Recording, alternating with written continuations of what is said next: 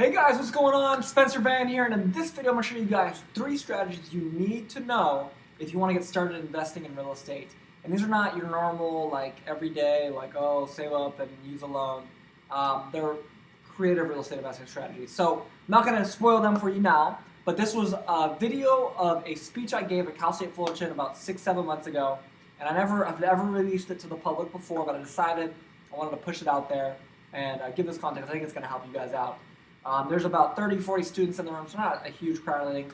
But it was a speech I gave at Cal State Fullerton, brought them a lot of value. And again, I was like, you know what? I know people that are on the internet that are not going to Cal State Fullerton want to know this stuff too. So what I'm going to do is the first 5 minutes or so is kind of me introducing myself. If you want to watch that, feel free. If not, in the description down below, I'll leave a little timestamp of where to go to where I actually start talking about the strategies. You can start learning from there. But I really think it'll bring a lot of value, and it's strategies we've actually used to make a ton of money and generate a bunch of revenue. In fact, a good friend of mine, David Church, my business partner, with his own business, his other business, using just only one of these strategies, is doing about $250,000 per month. So if that sounds like something you want to learn about, click the button down below or just watch the video, and I will see you guys at Cal State Fullerton. Thank you. Before I start, I just want to show of hands. Who was here last time I spoke? Raise your hand. 1, 2. Okay, 2 people. And Steve, of course. Okay, this is important to me. I'm going to show you guys some awesome stuff. This could potentially be life-changing stuff for you. I'm serious. Okay. However, none of it means anything if you don't take any action. It's completely useless. This information is worth potentially millions of dollars. Completely useless if you don't actually do anything with it, right? Okay. Oh, everyone says knowledge is power. Knowledge is not power. Okay. Knowledge plus massive action is power. Okay. We can sit here and talk about it all day. Okay. Books. I love books. There's one of these by Gary Keller. It's called The Millionaire Real Estate Investor. Highly recommend that you get it. One of the first books I ever read on investing. Okay, it is a great book. Next slide. Okay, look, I get asked a lot. I don't want to spend a lot of time on me. How did I get started in real estate? It started with a day that changed my life. So for those of you that were here last year, you might remember this. The next slide, there's a kind of a gross picture of a really bad injury I had. At the time, basketball was my life. That's all I cared about. And when I was 16, I shattered my ankle. So if you're squeamish, I'm going to ask that you look away. Because when he changes the slide again, you're going to kind of be discussed a little bit. But if you're ready for it, here it is. Go ahead. Okay, that's my ankle. That's with my leg straight out. And this changed my life because, again, when your life is basketball and then your leg looks like that, you can't really play basketball anymore, right? And at the time, you can go ahead and switch. At the time, I was literally laying in bed for 10 to 20 days, not being able to go anywhere. I had to wait for my surgery. Couldn't walk for 6 months. Definitely couldn't play basketball for almost a year. And I really only talked to 2 people, my mother and my grandmother. My mom would always say, and I want you guys to say this with me, I want to own my own house. Everyone say it. Come on, say it with some authority, though. This is ridiculous. I want to own my own house. Come on now. Thank you. Okay. So she used to always say that to me, and it just kind of hit me one day. I said, you know, if I got into the real estate industry, I could potentially help her get a house, right? Kind of makes sense. People in real estate always seem like they make money. And specifically, I was like, investing sounds kind of cool because I'd heard about Warren Buffett. I didn't know what he did, but I was like, investing, he has a lot of money. We could do it, right? So I was like, maybe if I got into real estate investing, I started reading about it, and I became obsessed. I became obsessed with it. Okay? Go ahead and go on to the next slide. So this is me at 16 and a half or 17 at my first real estate investing meeting. The old gentleman in the back, his name is Jack Fullerton. He was my first real estate mentor. Okay? What I'm doing in this picture is I'm actually writing an IOU. The guy in the dress shirt right there, he had a meeting that Saturday. It was an all-day event, and it was $500. And he said, anyone can come, you just got to pay $500. And I did not have any money. So I was like, I want to go, but I don't have any money. And Jack Fullerton was like, hey, just write him an IOU. I'm like, are you crazy? I'm going to write this guy an IOU? It's like, yeah, just write it, then we'll pay him $500 and sign it. So I said, okay. So I wrote him, and I gave it to him. He said, all right, I'll see you Saturday. My life forever. After attending that meeting, it was about 3 to 4 months later, I was able to close my first kind of a wholesale deal. I had 2 mentors helping me through the whole thing, so I didn't make a ton of money. But it was your cool thing. When you're in high school, you make $1,500 from a real estate deal. That's the coolest feeling in the world, right? It's the coolest feeling in the world. Okay, next slide. Okay, so we get it. That's me. My point in telling you this story is not to brag. I'm not here to do that. I want to give you guys some value. That's why I'm here. But I'm telling you this because I was just a regular kid. I was a kid that loved basketball. Any basketball players in here? Any basketball players? Okay, I love basketball. Playoffs are coming up, right? My team's kind of out of it. The Celtics, we've lost everyone. So hey, I'm sorry. Celtics, we got one more of these, one more rings. But my point is that anybody can do this. It's not, you don't have to be Elon Musk. Everyone knows who Elon Musk is, right? You don't have to be some crazy business titan. You just have to put in the work and have the right mindset and know kind of the steps, okay? All right, let's get into some content, though. Go ahead. Okay, my goal for this class. How many people here have closed real estate deals, whether it's investing or not investing? One. Okay, one. That's fine. I didn't expect that, okay? So I want to help you guys. If you don't have a ton of money to invest, that's fine. I hate calling myself a real estate investor. You want to know why? When I think of an investor, okay, at least for me, what do you guys think of when you think of an investor? You think of someone that like buys something and then it kind of just waits, right? And then it makes money, and then they take the money and then maybe they buy another investment, right? That's what I get. And that is one form of what we'll be talking about today. But what I'm talking about is what I think it's properly named as real estate entrepreneurial, okay? Being a real estate entrepreneur. And so we're going to talk about how to do things if you don't have a ton of money, okay? If you don't have a license. Okay, how many people have a real estate license in here? I have one, you have one. Okay, we got 3 people. 3 people. You don't need a license to do anything I'm going to talk about here. We got someone else. Real estate connection. How many people know like 10 people are millionaires in the real estate industry right now? Okay, no one. Not maybe. Maybe, again, 3 people, okay? Again, a ton of real estate experience. Not a lot of us have that. It's okay. It's okay. We don't need that, okay? Go on. So this all starts with having the epiphany, okay? This all starts with having an epiphany. And that epiphany, and I have it on here as 2 things. I have it on. You can go to the next slide. First thing is you have to understand that creative real estate investing is different, okay? It's not sitting on a hill or sitting at home and just owning a residential property or owning an apartment complex, making money on it, okay? Again, that's one form of investing, but that's not what we're talking about today. We're talking about how to do that without getting a loan and putting 20% down and doing all that, right? The second epiphany, I don't actually have this on screen, but this is so important to me. I talked about taking action. For me, I've spent a lot of time the last 4 years. I have a mastermind group with a good friend of mine. That's Clayton back there. He's a really good friend of mine. He's an entrepreneur, and Steve's been to one of my mastermind meetings in the past. I spent a lot of time with entrepreneurs, okay? Everyone from extremely successful entrepreneurs to people just getting started and to everyone in the middle. And there's one common factor that I have seen in my 4 years, 5 years since that picture was taken, that successful people have, that people that are not successful don't have, right? And that's action. That's committing to it. Nothing's going to happen today. Take this information and you commit to it. That's it. And I know I'm listening a little bit, but this is so important to me. You don't understand. Because Jack Fullerton, when I gave that speech, when Jack Fullerton gave that speech, one of the last things he said when he was giving a speech, right before I got the chance to meet him, was only 1 out of 5 people in this room are actually going to do anything. And that's the truth. 20% of you, maybe, on like a good day, are going to do something. And I hope it's 100%, but the truth is not everyone in this room is going to take action. So I want to know who's going to do it. When I come back in 6 months and give a speech, we hopefully are going to see some action taken. Okay, next slide. Okay, so traditional versus agents. Okay, have you guys heard a little bit? You guys, this is an agent kind of club, right? So you guys have heard a little bit of the agent side. I don't need to, yes or no? Okay, I don't need to explain that. Traditional, okay, residential rentals, commercial, long-term stuff. Fix and flipping, you guys have heard of that. Now we're getting more into my territory. Still not really there yet. Next slide. Okay, creative investing. Okay, these are a bunch of different strategies that people like me use, and there's like literally a million of these. It's really how creative you can be, okay? Wholesaling, we've talked about wholesaling last time I was here. Raise your hand if you know what wholesaling is or have a general idea. Raise your hand. Say I. Okay, good. There you go. It's a good book. Syndication. Okay, that's another one. Turnkey, Airbnb subleasing, one of my favorites. Subject to investing is another type of strategy we're going to be talking about today. Seller financing, JV deals, rent to own, et cetera, et cetera, et cetera. Surplus funds. That's one I'm really spending a lot of time in now.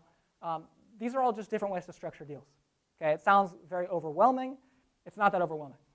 There's really only 2 things you can do here. You can flip or you can buy and hold. That's it. These are just different ways to do those 2 things, right?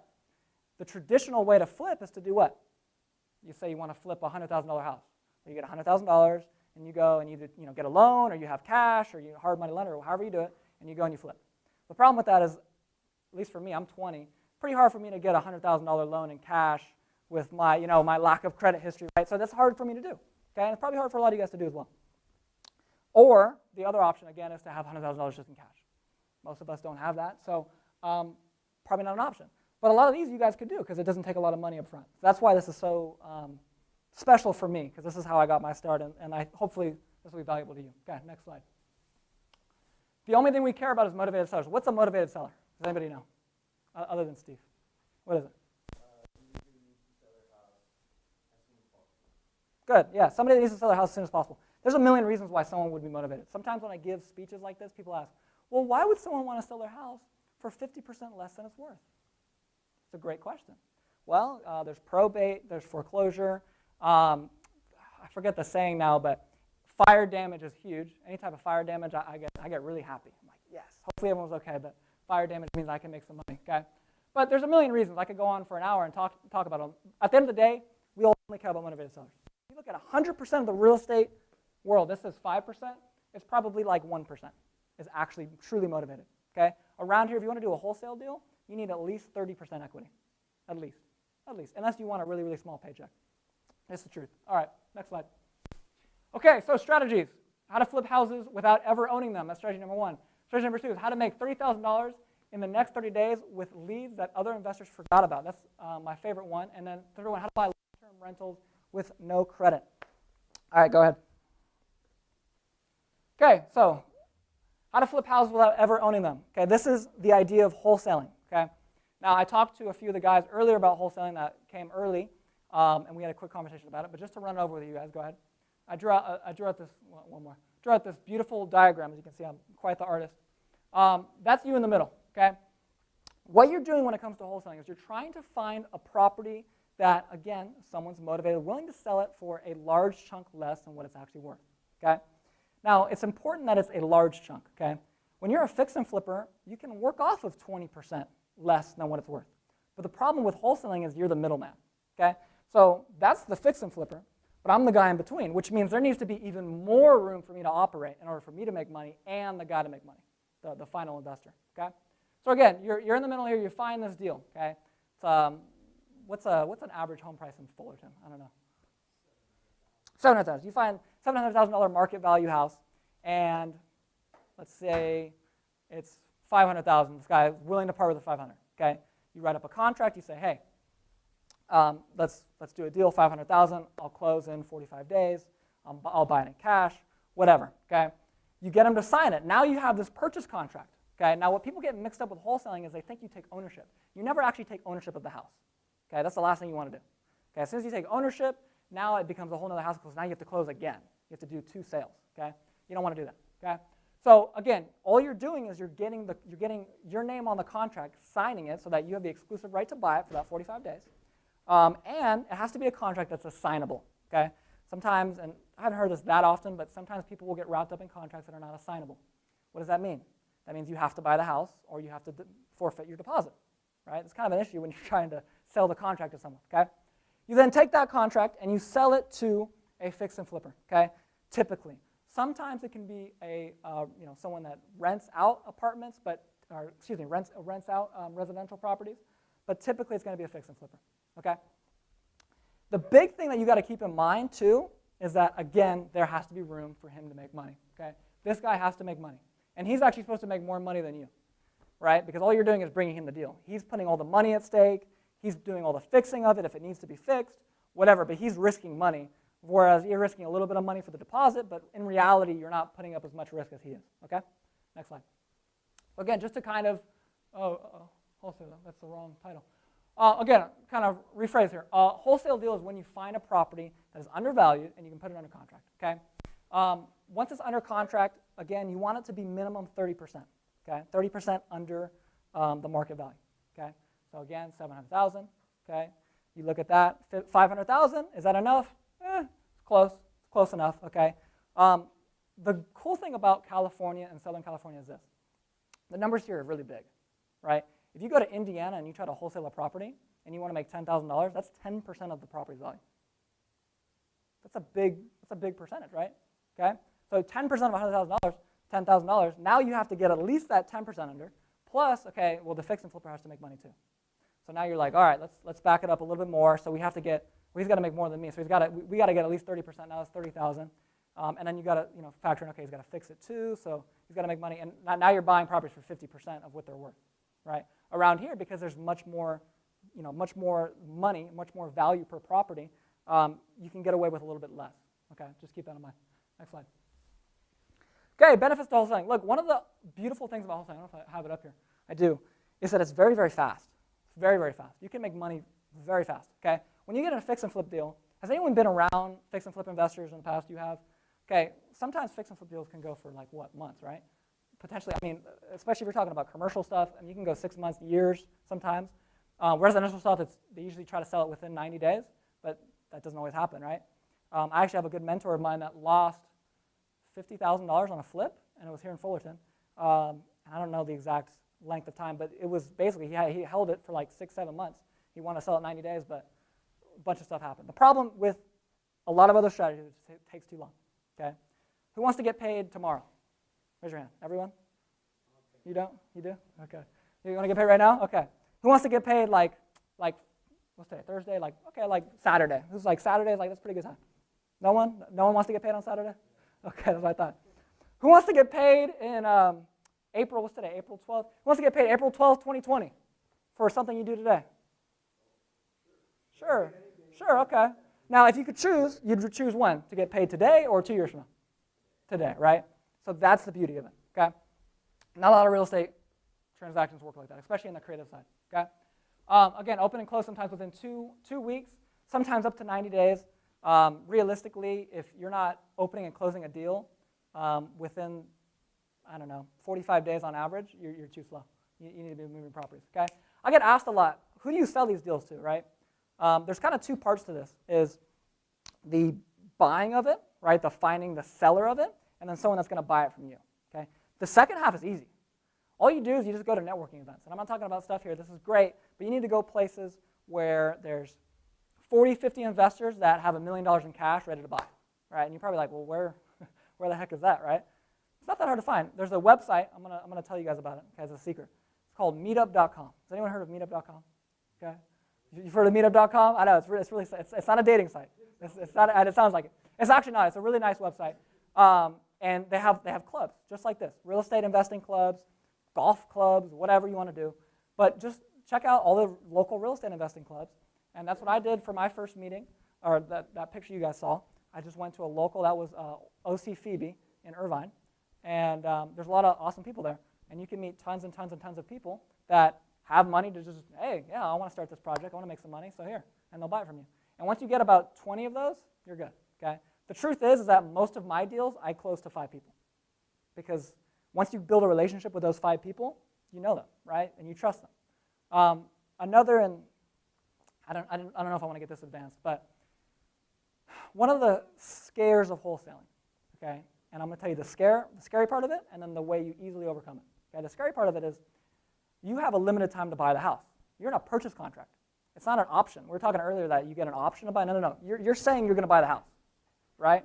It's not like, oh, I might buy it for $550 in 90 days, and if I don't, it's whatever. No, you're saying I'm going to buy this house for $540,000 in cash within 90 days. That's what you're saying. Okay? It's kind of a bold statement to make, right? Especially when you don't have any money and you're scared. So what you do is you line up the seller first, or you line up the second buyer first, right? Now, here's the really scary part. The scary part is this guy knows you're a wholesaler, right? So he doesn't want to have to pay you extra to buy the house. So what some people will do is they'll just try to go over you. They'll just wait out your contract, and they'll just buy it afterwards. So you lose your deposit. They'll just, let's say you want $20,000, they just pay him $20,000 less for the property, as soon as the contract's up, and you're kind of cut out of the deal. So how do you overcome that? You just have 3 buyers on deck. You say, all right, first person to give me a check gets the deal for, whatever, and then the first person who gives you a check, you give them the deal. That's it. That's how you solve it. Okay? People get so worried, like, Spencer, like I've had people go, Spencer, this guy, he keeps pushing me around. He said he was going to meet me on Thursday for a deal, and then that was a week ago, and now it's this Thursday, and he hasn't met me yet and paid me. And I said, okay, well, how many other buyers do you have? I don't have any. This is my only one. So, okay, we'll go find another buyer and say, hey, look, I'll sell it to you for the same amount I'll sell it to the first guy. even give them a deal if you really want to sell it, and tell the first guy, hey, whoever gives me a check first. Because as soon as that guy knows he's now competing with someone for the deal, now he has to pay, right? There's no, you can't wait because the other guy will get the deal. Okay, next slide. By the way, does this make sense? I don't want to be like going way too fast. I know I talk fast. Okay. This is just again, the same drawing I did earlier. We have any questions on this drawing? Boom. I need to hire like an artist. This is pretty bad. Go ahead. Okay, how to make 30K in the next 30 days with leads other investors forgot about. So I want to get some people involved here. If you're an investor, and whether you're in my sector, which is creative real estate investing, or you're just a traditional real estate investor or whatever, and you want to make money, okay? What's the rule of making money in real estate as an investor? Does anybody know? When you get into the deal, Mm-hmm. you get it at a deal, like you make money getting in. You make money when you buy, exactly. Okay. So if you make money when you buy, if that's true, and which it is, how do you get the best deal? You have to go, and you can't just look at the broad market, right? You're gonna get market value there, right? You have to go and you have to find deals. So where would investors go to find deals? Do we have any ideas? I want to get some. I hate not having any involvement. So raise your hand if you have any idea where an investor would get a deal, other than Steve. Come on, you guys. You guys are smart. You guys are smart. Often lists, oftentimes like people will buy like mailing lists. Yep. For people who have like Perfect. problems. Exactly. So let's go one step deeper. Where would what would be on the list? I know names and addresses, but why? Like, is it going to be what type of list? It's going to be a foreclosure list, right? Or does anyone else have anything? No? It's going to be a probate list or something like that, right? And the reason why is because these people are in situations, right? If you're in foreclosure, what does that mean? Please tell me someone knows. Please tell me someone knows. Who, other than Steve, please tell me someone knows. Can't make your payments and you're underwater, or potentially underwater. You don't necessarily have to be underwater, but you're behind on payments, okay? So if other investors are looking for people that are in foreclosure and that are in probate, and there's hundreds of people like me, and there's only so many foreclosures, like, let's be honest, right? There's a lot for sure, but again, there's hundreds of people like me, all going for the same deal. It's pretty competitive, right? So why don't we just look where other people don't look? It's a good idea, right? Let's go to the next slide. Okay, this is a surplus fund deal drawn out. I added some happy faces, okay? So you're in the middle again. This is you, okay? Now, has anybody ever heard of a surplus fund before, or has anybody? Okay. In the state of California, when your house goes to auction and it sells to a third party, okay? Let's say that the starting auction price was $100,000. Okay, I know that's kind of weird in California, but let's say it is, just to make the numbers easy. And it ends up selling to a third party at $200,000, right? So the bank gets paid what they're owed, which again, let's say it's $100,000. And so then there's this extra $100,000 just sitting around. So who gets the $100,000, the extra $100,000? I just want to take some guesses. Who gets it? Anybody? Guy with the hat. Who gets it? You don't know? Who gets it? Guess. Just give me some. There's really only 3 people that could get it. The seller. The seller is legally who's supposed to get it, but they don't get it. What actually happens is the bank or the auction house sells it, right? And then the bank gets their money and they can't keep it. And they're actually by law supposed to notify the seller. So what they do is they send a little postcard to the house that was foreclosed on, that already sold at auction. And they say, hey, you're owed some money. But the problem is these people moved out already, right? Because the house is at auction. So they're like, hey, yeah, you're owed some money. Here, this is your money. And they never get the letter, right, because they've already moved. So then the bank's like, oh, we can't find them. And then they just take the money and they just give it to the courthouse and they just forget about it, right? So then the money just sits in the courthouse forever, pretty much. We've closed surplus fund deals from 1960. I mean, it just sits there. People never know because no one ever goes looking for them. So there are people that literally have $500,000 to their name, sometimes millions of dollars to their name. They have no idea. Sounds like an opportunity to me, right? So what I do is I just go and I get my little legal team, which sounds more intimidating than it really is, and I just look on my lead site. Boom. Oh, look at this guy's owed 100,000. Let's try to find him. So then I have a little thing that's called Spokio. You guys know what Spokio is? It's a reverse lookup, right? put in someone's name, and it comes up with some numbers that could be there, right? So you put it in. Oh, look, this guy used to live on this address. Oh, look, here's his number. Let's just call him and see if it's him. Hey, did you used to live on 123 Main Street? No, yeah, I did. Like, oh, and then you start talking to them. You let them know. You potentially have some money stored away in the courthouse from that foreclosure. With your permission, would you want me to look for it? It's no charge to you at all. I'm free. I'm not charging you, but would you want me to look for it? And you know what they're going to say? Are you a scam? They're going to say, are you a scam? Yes. And then you ensure them that you're not a scam.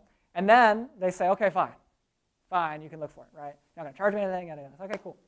And at this point, I already know that they're owed money. Okay. There's a really small chance that they're not owed money, and the only reason why they would not be is if there was a second lien on the property. So house goes to foreclosure, it's sold at auction, and the first mortgage, right, the first loan gets the money that they're owed, right? And then the excess amount is the amount that's owed to the seller. But what if there's a second loan? The second loan has to get paid first, right? So sometimes they're listed improperly, yeah? Wouldn't you check the preliminary report and see all the different? No. I could, but that's going to take time, and I don't need to do that. Because you're going to call, who in here has done cold calls for any reason? Real estate, sales? Okay, for real estate, or what was it for? Yeah. For real estate, okay. Yeah. For like an agent, or what? Yeah. Okay, so if you call 100 people, how many people are going to work with you? Depends how good you are at selling. Right, okay. So let's say you're a master salesman, right? You're going to get what? 20%, 10%, right? Okay, you know what I mean? That's also true, okay? So let's say you get 10%, 10 out of 100. I'm not going to spend time looking at 100 preliminary reports, and I'm only going to end up needing 10 of them. I'm going to just wait until they say, oh yeah, let's work together. And I'll say, okay, well let me just, right? Because I already know they're roughly owed how much, and then I'm not promising them anything anyway. So then I'll just look and say, oh yeah, you actually are owed this much, via the courthouse. Okay.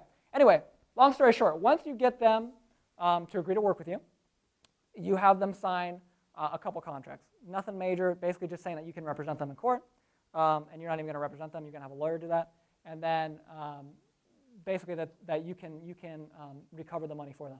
That's all that you're doing. Okay. You then take that and then you hand it off to your lawyer. Your lawyer recovers everything, and then you get paid commission off of the total amount of surplus fund. Now, for agents in here, actually everyone should know this. What's the average commission rate on a sale? 2.5%, 3%, right? If you do like a double, like you get both sides, you might get like 5%, 6%. You're like, whoo, right? You can negotiate any percentage you want. Now, granted, most of the time these are smaller numbers, right? You might be looking at a $100,000 surplus fund, not a $1 million house, but you could take 30%. So who cares, right? It's all negotiable. Now, if you want to be nice, you can take 5%. At the end of the day, though, this is a business. This is a business, and we're trying to help people, but we're also trying to make money. So just so you guys know. Next slide. Okay, this is the same. By the way, is this making sense? I'm not jumping over anyone, am I?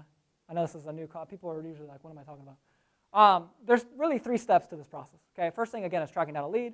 Once you get them, okay, you court them, normal sales stuff. Hey, let's work together, yada, yada, yada. Okay, recover surplus fund with proper contracts. That's it. Once they sign the contract, you're pretty much out of the deal and you're just waiting to get paid. Now, again, who wants to get paid today? Everybody. This sometimes can take 2 to 3 months, right? It can. The good news is that you don't have literally $0 tied into this. With wholesaling, it's kind of this myth. Like, who's ever heard, for you guys that have ever heard wholesaling, who's like, wholesaling you can do because you need $0, right? $0, you need no money. You can just magically pull it out of thin air, right? That's not true. A lot of times you're going to need a deposit. And around here, a deposit on a house, it's like $15,000, $20,000. Now, granted, if you're working with a mentor and investor, they'll pay for that, so you don't have to be worried about that. But sometimes you'll need money. This, there's no deposit, there's nothing. You don't need anything.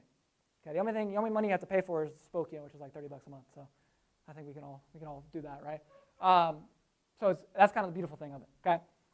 The big thing for me of it is this: is that I'm not being held hostage for 45 days, right? I'm not in an unbreakable contract. Once I sign that contract with them, it's not something I have to do. All it's saying is that I can recover it, and so I can just give it to my lawyer. He can take care of it, and then again, we both get paid out of the surplus fund. So he's not charging me anything. He's not charging the seller anything, or the homeowner, and I'm not charging them anything either. I'm getting paid directly from the surplus fund. Okay, does that make sense? Yes. You guys are tired today, man. It's a long day? Long day? Next slide. Just getting started, I like it. Can you go to the next slide? Okay, Spokio, we talked about this earlier. Again, this is reverse lookup. This is pretty self-explanatory. Next slide. Okay, court them. I said it earlier, and I don't know if maybe I just did it by accident. I said when I was role-playing working with the homeowner, I said, with your permission, I could represent you and I could look at this. That's super, super, super powerful.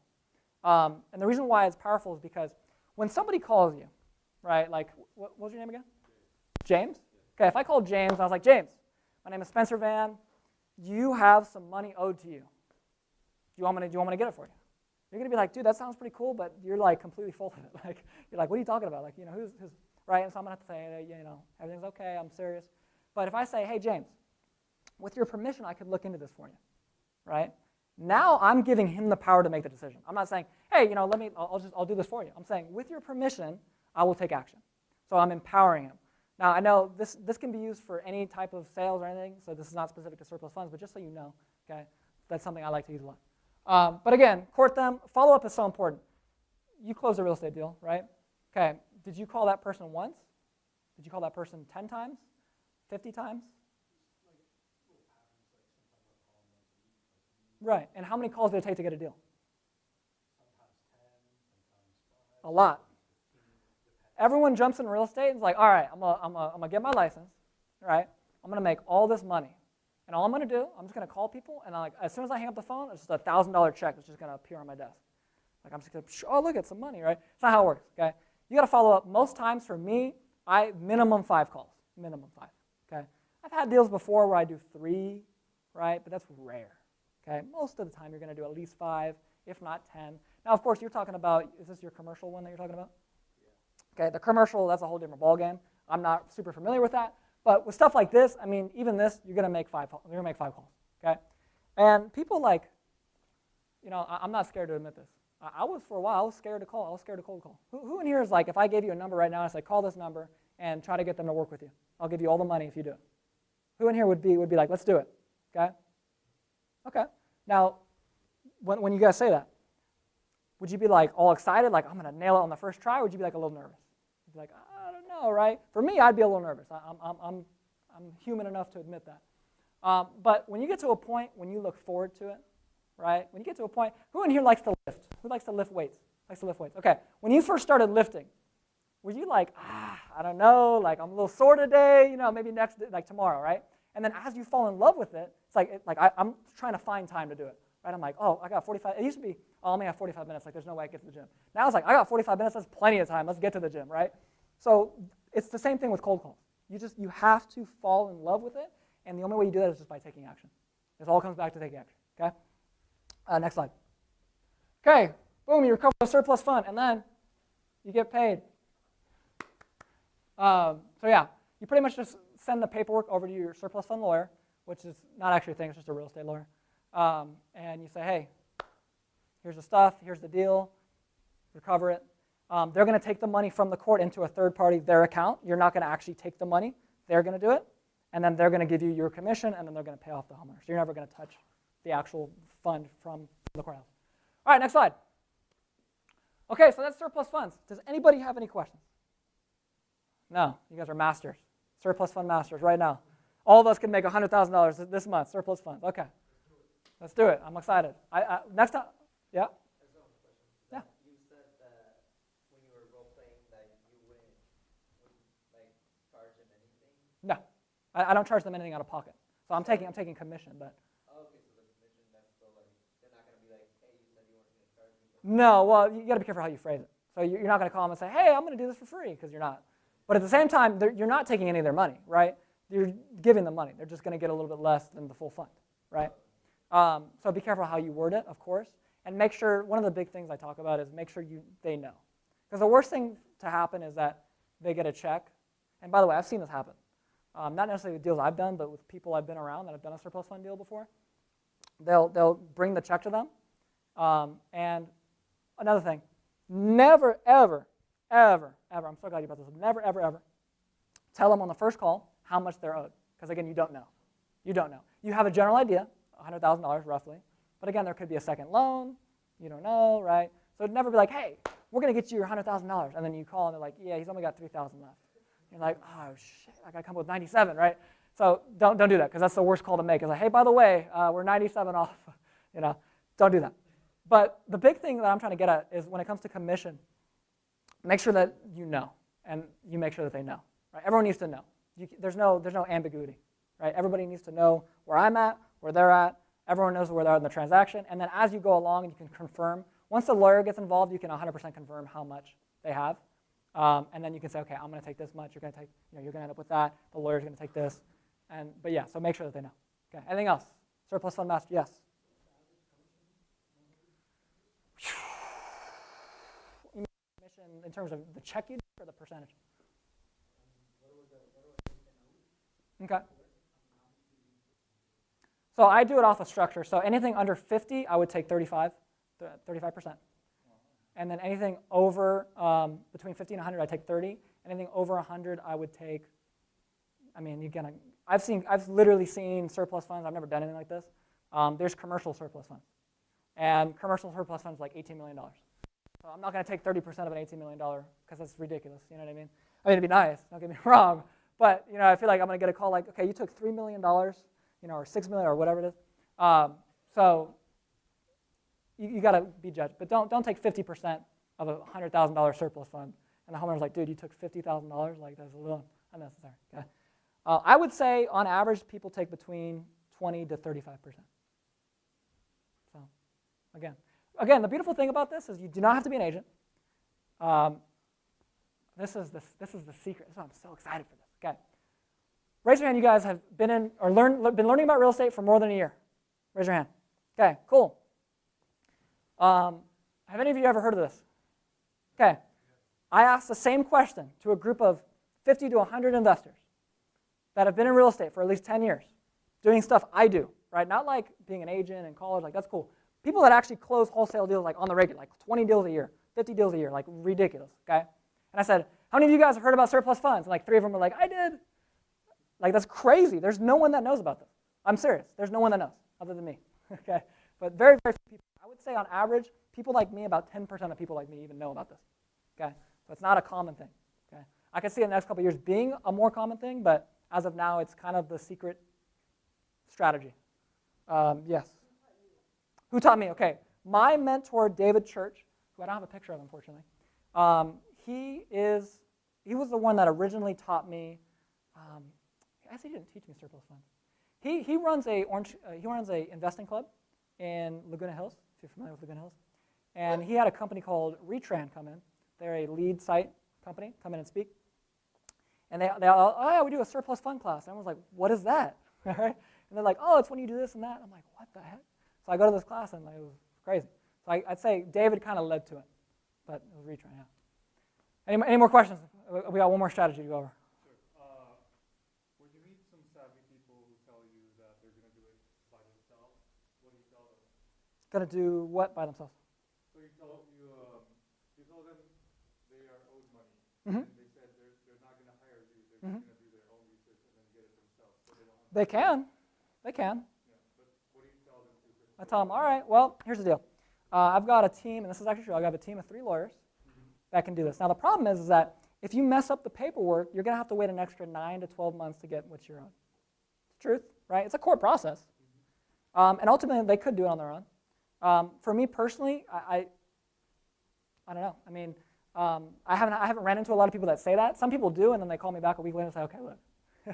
They say, all right, let's work together. But at the end of the day, they can.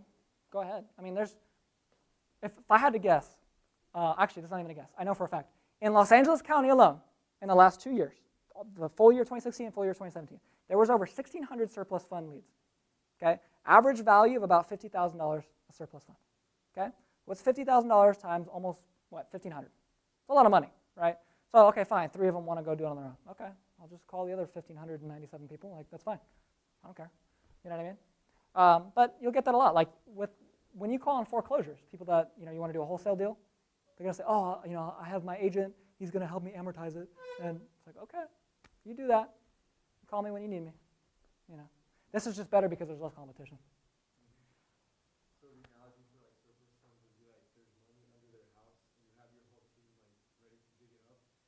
get it by themselves, or you can help them out get it faster. I like this guy's creativity. Yes. They give you like a piece of it and Yeah, basically. Technically it wouldn't be under their house. It would be under, actually, I get, because it follows them. So yeah, I guess it would be. Okay, I like it. how do you get your team? The team is easy because the team wants to make money. And the only person that's really on my team is a couple real estate lawyers. And again, you just go to networking events. You'd be surprised how many people you can meet there. It's crazy. Do you pay the lawyers with the surplus fund, or I'm sorry, speak up. do you pay the lawyers with the commission that you get, or apart from?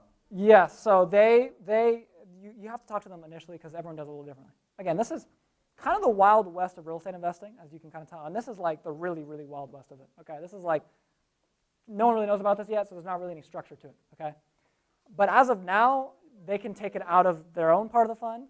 They can take it out of your commission. Anything goes. You just have to talk about it and agree to it before it happens. Okay. All right, let's move on though. And he left. Where did he go? He left. I'm up here alone giving my speech. Okay. Who in here wants to be rich? Who's like, I want to be rich. I want to be rich. I want to be rich.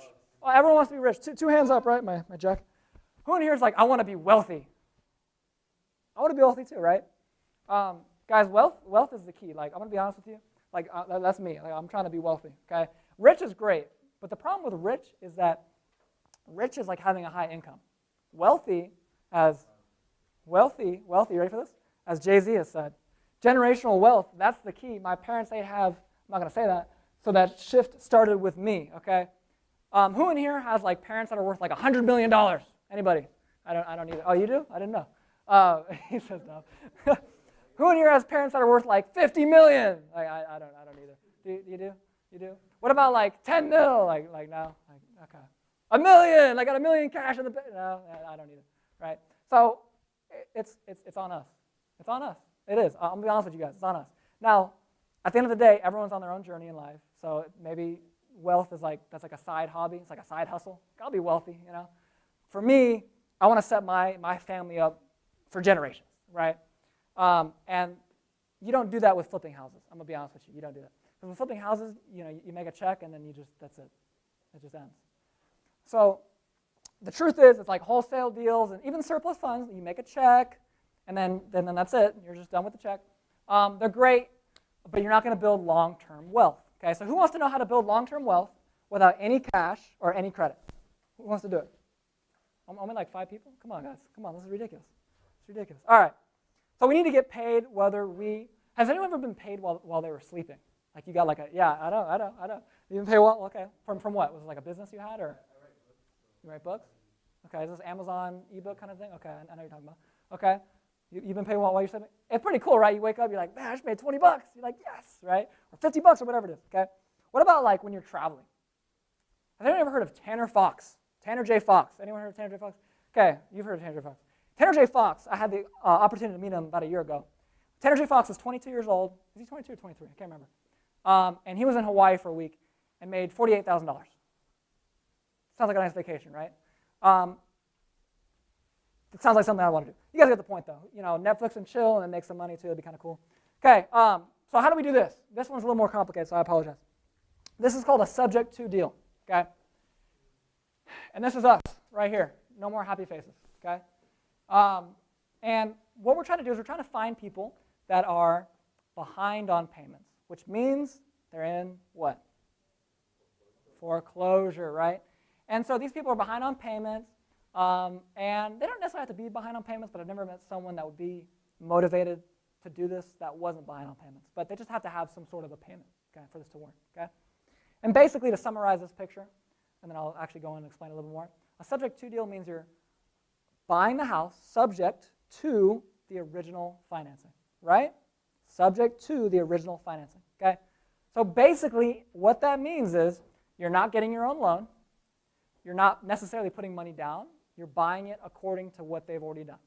So if they're paying $2,000 a month on the house, okay, you're just going to start taking over their payments. That's it. That's all that says. Simple? Simple, right? A little bit more difficult when you want to execute, okay? But that's basically what it is. Let me go through and try to explain a little more. Man, you ditched me. You ditched me, man. What the heck? Nah, you're all good. Okay, so again, a subject-to deal. Look, find someone that is behind on payments. That's owing money, right, every month. Boom, $2,000 a month, $2,000 a month, $2,000 a month. Okay, let's say they're behind $10,000, okay? If I wanted to go buy a house, and I'm 20 years old, and I've been self-employed for the last 4 years, right? Or I've been making money self-employed for the last 2.5, right, real money, but for the most part, 99% of my money has been self-employed, okay? So if I'm going to go to the bank, and I'm like, all right, I'm 20 years old, I want to buy this house as an investment, it's $500,000. How much do you have to put down? How much do you guys think they're going to say? Like what percentage? Like 50%, right? They'd be like, yeah, we need to pay us half because you're only 20. So I'm like, I don't want to, this doesn't make it worth it to me. If I have to pay $250,000 for a house, my ROI is going to be really low. So I don't want to do that. So instead, I'm going to say, all right, let me take over your payments. Take over your payments. One of three things will happen. One of three things will happen if they agree. First thing that will happen is they will be so excited that you'll take over their payments that they will pay you. This has never happened to me. I don't do deals like this, just so you know. This is just what one of my mentors does this, so he's all about this, and he's taught me about it. Apparently there's an equal sign too. But my point in saying this is that, this, to get paid to buy someone's house is kind of cool, right? That's number one. Number two is, nothing happens, they agree to it, you take over the payments, and then that's it. Now, sometimes when you take over the payments, they're going to be behind, right? And so you're going to have to, bring them current, okay? Sometimes they're behind by $50,000. Obviously, if that's the case, now we start questioning, is it even worth it?